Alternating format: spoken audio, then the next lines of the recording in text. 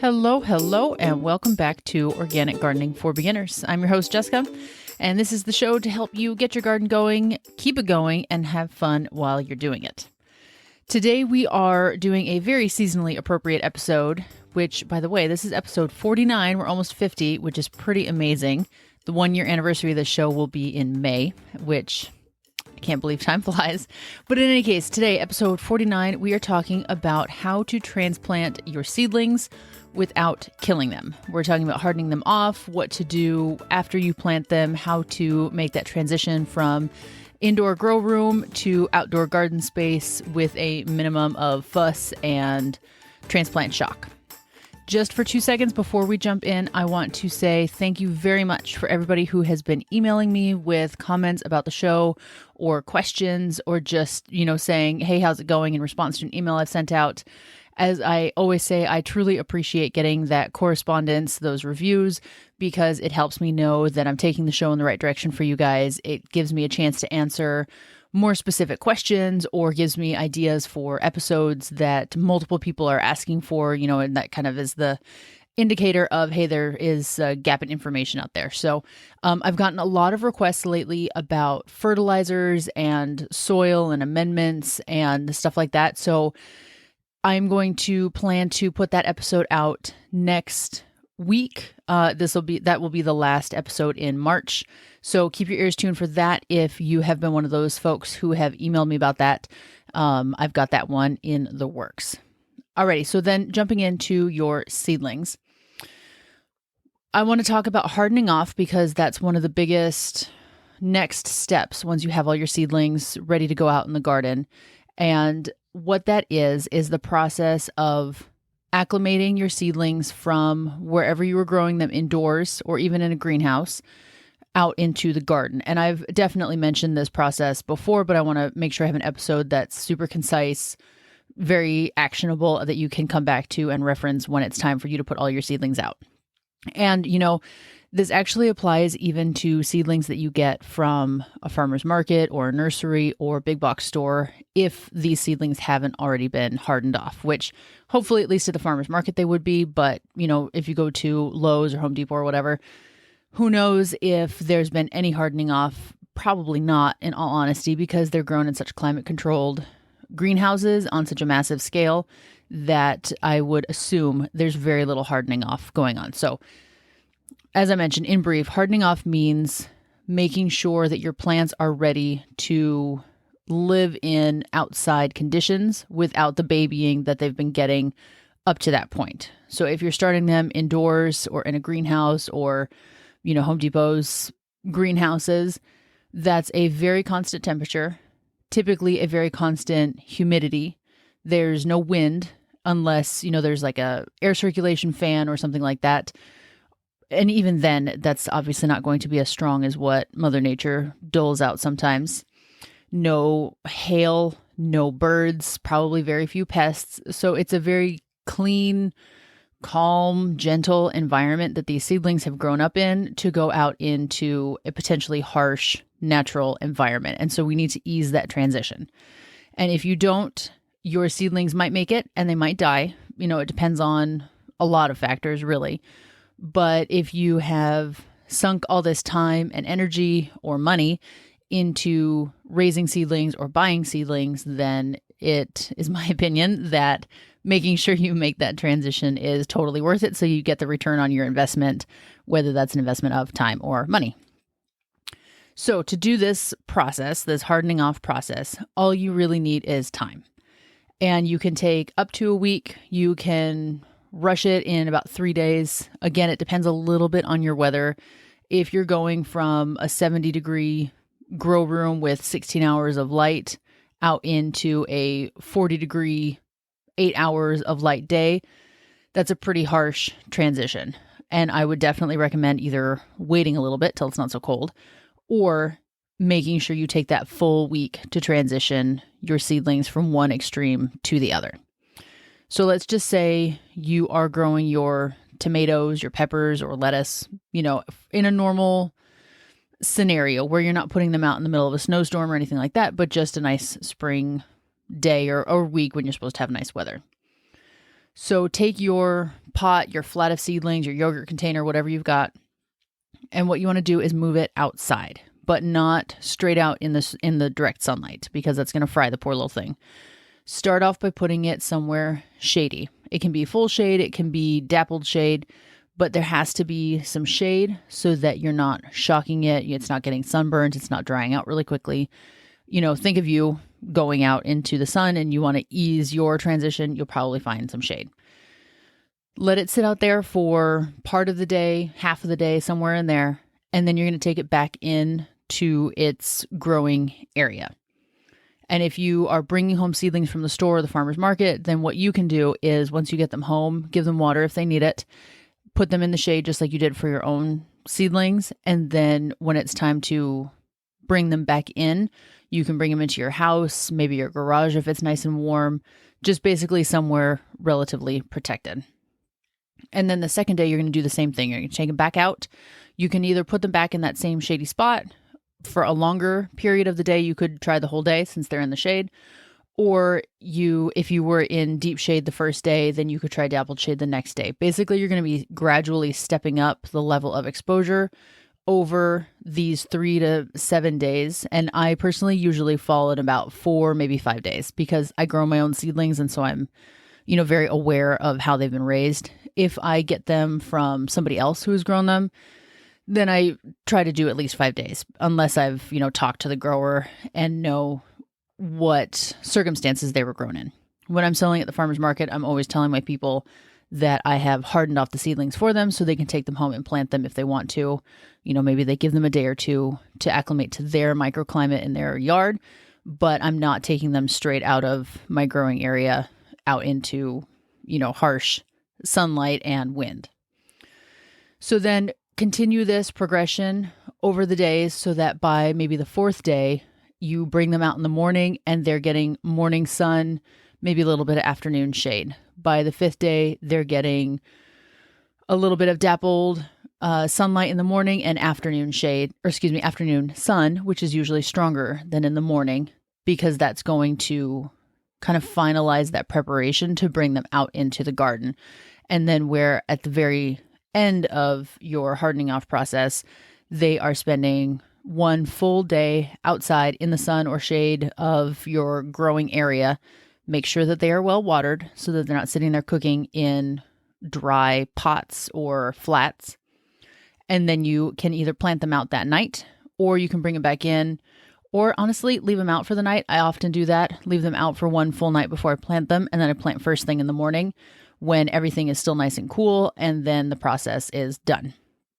And I realize this is a lot of information that might be hard to keep track of. I do have a seed starting checklist that goes over this full process of do this on day 1, do this on day 2, do this on day 3. I'll make sure to link that in the show notes. That's one of my free PDFs that I love to give to people who are new to starting seeds because it walks you through the full process of, your materials and resources that you need to start seeds indoors, what to do after they sprout, how to take care of them through that process, what to do, the signs for knowing when to start hardening them off to get them out to the garden, all that. So I will have that in the show notes for you if you don't have it from me already. One important thing I want to mention, I kind of did before, but the best time of day to transplant is either the morning or late afternoon, early evening, depending on how hot your day was. Really try to avoid the midday temperatures when it's hot, the sun is the strongest, or, late enough in the morning to where you're just going to finish up and then it's going to be hot, because that's just very stressful to your seedling and you're most likely going to see them wilt that very day. And chances are they will recover. But again, why put them through that sort of a shock? Because it's going to set back their growth for at least a few days while they kind of recover. So if you can choose a rainy day, if it's a rainy day or super cloudy, maybe a little drizzly, then feel free to do it at noon because it's not going to be really strong sun. But if it's a nice, warm, sunny spring day, then make sure you do it early in the morning or late in the afternoon, early evening, so that the plants have the cooler night to kind of recover or the cooler morning before it heats up for the day. I have no preference. I've seen no benefit of one time or the other. It's really whenever it's convenient. Oftentimes for me, it is the afternoon, evening time, just because that's how it works out. And I like giving them the nice cool night, especially as it gets closer to midsummer if I'm putting out, something like fall crops, where it can be pretty toasty during the peak of the day. And I want to give them the cool night to not acclimate, but adjust to having just been planted before that harsh sun hits them. Okay, so if you plant your seedlings out and all of a sudden the weather changes, it's, the forecast said it was going to be nice for a few days. And so you transplanted, but then the temperatures drop or it starts to rain or wind comes in. There are several ways that you can protect your seedlings that don't require too much work. The easiest one by far is to do something called row covers. And I've talked about row covers a lot in my fall gardening episodes back in the September, October timeframe of the show. But row covers are a very thin, lightweight material. Sometimes fabric, sometimes a type of woven plastic, polypropylene, I think it's called. And it lets a lot of light in, but not all. And it also blocks a lot of wind. It can keep pests out, cats out, squirrels, if that's an issue. I know I hear about that all the time, and I've been through that too when we lived in South Carolina. Those nutty little squirrels would pull up so many of my seedlings. And so in any case, row covers are a great way to put in that extra step of insurance with your brand new seedlings. And although hoops can be very helpful to keep the row cover off of your plants, if you are in a hurry or you're desperate or you just need it done right now, then you can, as long as it's light enough weight, you can just lay the row cover straight over your plants, weigh it down on the corners, and you're good to go. If you have a heavy frost or heavy snowfall or something like that, then it's not really going to help because the snow could smush the row cover that will then smush your plants. Or if there's a very heavy frost and the leaves are touching the row covers, then that freezing water can transfer to your plant leaves and cause them to freeze, which for some crops, it might not be a big deal, if it's a kale or a broccoli or something like that. But if it is a warm season crop or your cold tolerant crops weren't properly hardened off, then it could still damage them. So use your judgment on that one. If you just want to protect it from some wind or squirrels or your neighbor's cats, then laying it right over your plants should be totally fine. But if you see a hard frost coming up in your forecast, then you might want to make sure to put your row cover over some hoops so that it's not touching your plants. Or one thing I've seen people do, and this is one of those oh no situations where you didn't realize this was going to happen. You can either put buckets over your plants or you can put buckets between your plants, like a 5-gallon bucket, and then drape the row cover over that because that'll lift it up without having to put a bunch of hoops on your bed, especially if this is just like a one-night thing. You can also use low tunnels. Those are a little bit more involved, and if you don't already have the hoop set up, it might not be worth it for you. But it's the same idea of a hoop over the bed, like a horseshoe or a U-shape, that you drive the ends of the horseshoe into the ground and then drape plastic over it to make a little mini greenhouse. And I did do a whole episode about low tunnels and row covers. I don't remember which number it is, but if you look, it's called 2 Easy Season Extension Methods. And again, I think it was in October of last year. If there is going to be heat coming up that you didn't expect, make sure everything is very well watered. You can use shade cloth in almost the same way you use row cover. And shade cloth, instead of being like row cover that is designed to let in a large amount of light, shade cloth cuts the light, just like our window screens cut some amount of light that comes into our house, or, those shade thingies that you can put over your car window or, in front of the baby seat, or not baby seat, car seat. There we go. The shade cloth will help cool the temperatures beneath them so that your new seedlings aren't getting too hot if it's hotter than expected for the day. I don't personally have a lot of experience with shade cloth. I've used it once in the past when we lived in California, but I just haven't needed it. So that's not one of my areas of expertise, although it does seem pretty straightforward to use. So try that if you think it's going to be hotter than you expected, or if you planted something out and it's not as hardened off as you thought and it's starting to look a little wilty in the sun, you can try a shade cloth to help perk it up a little bit. So a couple of mistakes that I want to mention are not watering your plants very well before you plant them out. If you are going from dry soil in the pot into, sopping wet soil, then maybe it's okay because the soil around the plant roots are going to absorb some of the water in the native soil around it. But I honestly wouldn't say that's ideal. I would make sure that all of your seedlings are well watered so that they can have a nice long drink before they go out there. The soil is going to stay attached to the roots more easily so that you're moving the whole root ball and soil all in one go. There's no need to shake off the soil or rinse it off or anything like that. You just want to pop the dirt and all out of the yogurt container, your used applesauce container, whatever it is, your seedling tray, and put that whole thing in the ground.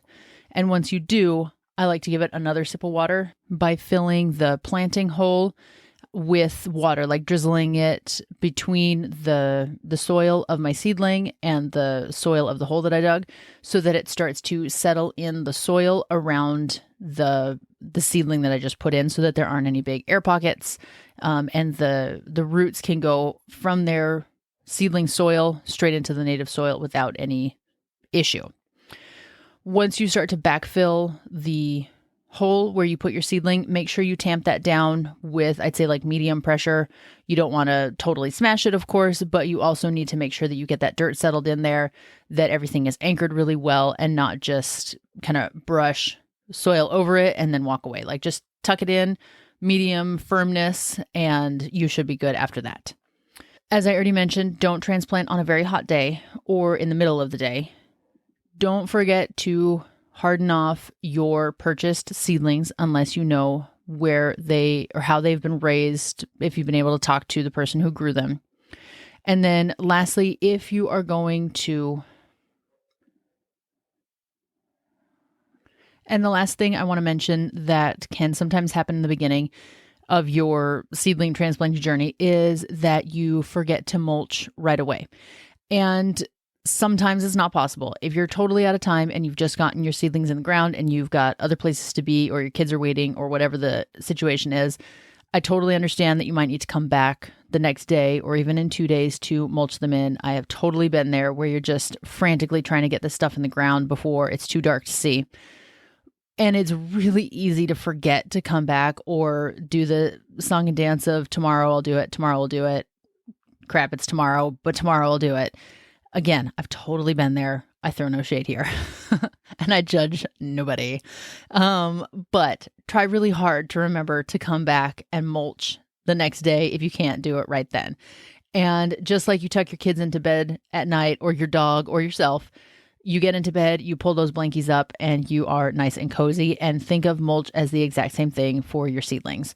You put them in, you water them well, you tuck them in with some mulch blanket, and then they have a better chance of not being too hot in the soil if you're already well established into summer, or if it's going to rain that night, of not having the soil wash away that you just put over their root ball. And it can help you not risk that chance of, it's been a whole week and now the weed seeds are germinating and now I got to go weed and then I got to spread mulch, and it just kind of circumvents all of that fuss. So if you can, as soon as you transplant, go back and cover your bed with some sort of mulch.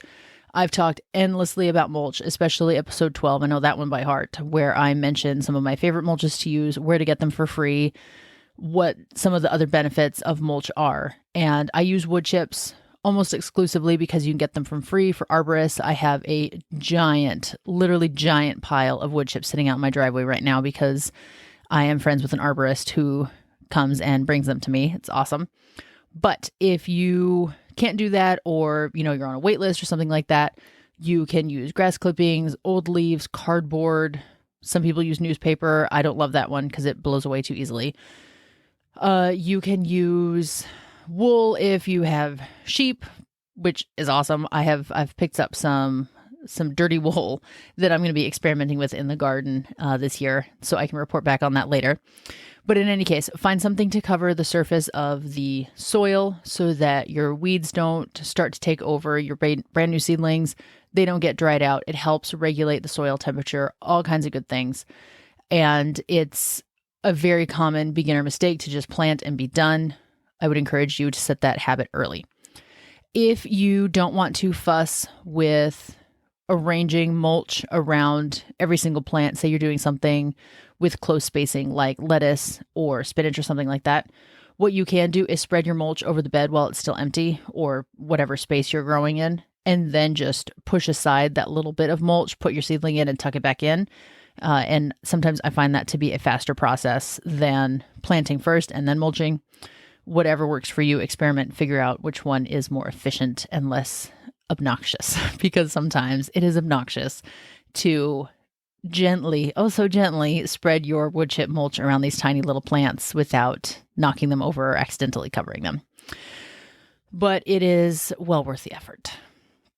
All right, my friends, that is it for today. With that, your seedlings will have a much higher chance of success after transplanting. Make sure you harden them off. Make sure you water them afterwards, mulch them, cover them up if you know you're going to have some not so great weather, or you know you've got neighbor cats or squirrels that you are constantly seeing around in your yard, getting into your direct sown stuff. Give your seedlings a fighting chance. All right, that's it. I'll talk to you next week.